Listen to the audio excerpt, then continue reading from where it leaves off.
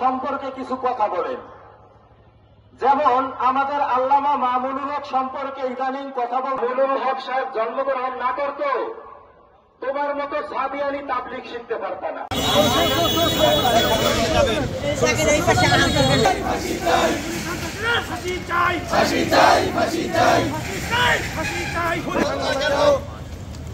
আমার ভাই শহীদ কেন? জবাব চাই, জবাব চাই।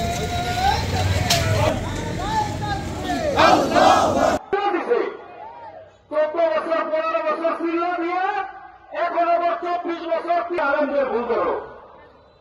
সুতরাং তোমাদের কাছে আহ্বান, তোমাদেরকে আমরা ইন্ডিয়া দালালি করতেছো তাও বুঝি।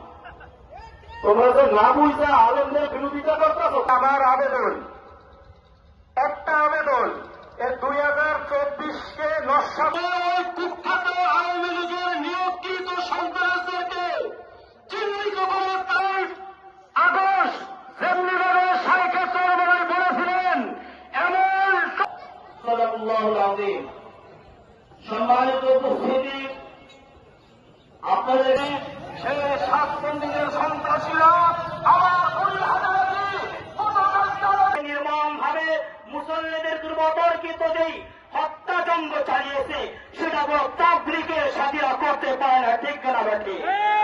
এরা মুসলিম হচ্ছিলেন, সুতরাং ইহুদি খ্রিস্টানদের টার্গেট ছিল এই দাওয়াত তাবলীগের মধ্যে যদি গুণ ধরানো যায় তাহলে সারা পৃথিবীর মধ্যে ইসলামের ক্ষতি করা সম্ভব। আমার অসুস্থ শরীর নিয়ে এখানে আসছি একমাত্র এটাই জানান দেওয়ার জন্য, এই শরীরের পরে এটা নয় কোন